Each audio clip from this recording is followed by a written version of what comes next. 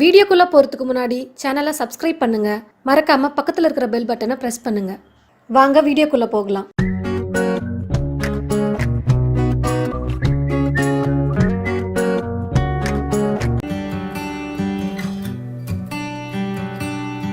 முட்டை ஆம்லெட் செய்யலாம்.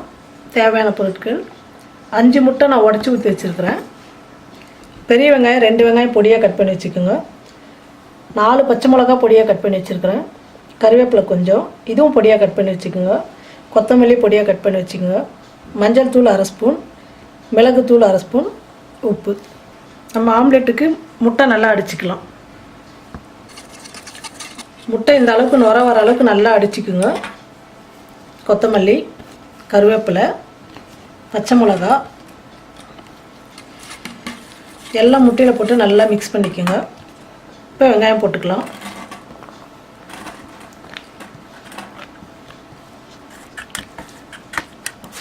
மஞ்சள் தூள், மிளகுத்தூள்,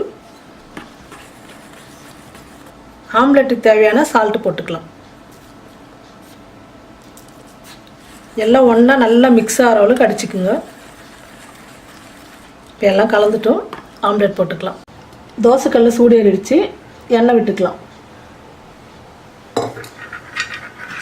இப்போ நம்ம ஆம்லெட் ஊற்றிக்கலாம்.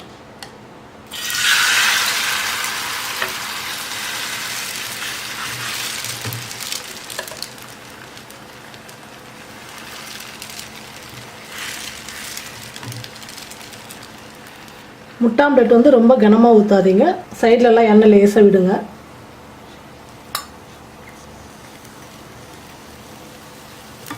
ஆம்லெட் அடியில் வெந்துடுச்சு, நம்ம திருப்பி போட்டுக்கலாம்.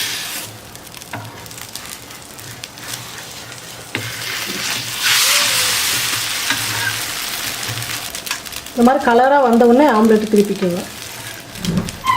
பாருங்கள், நம்ம மெலிசாக ஊற்றணும். இப்போ எந்த அளவுக்கு கனமாக வந்துருக்குது பாருங்கள். இப்போ வெந்துடுச்சு, நம்ம ஆம்லெட் எடுத்துக்கலாம். முட்டை ஆம்லெட் ரெடி ஆகிடுச்சு. செஞ்சு பார்த்துட்டு கமெண்ட் பண்ணுங்கள், ஷேர் பண்ணுங்கள். நன்றி.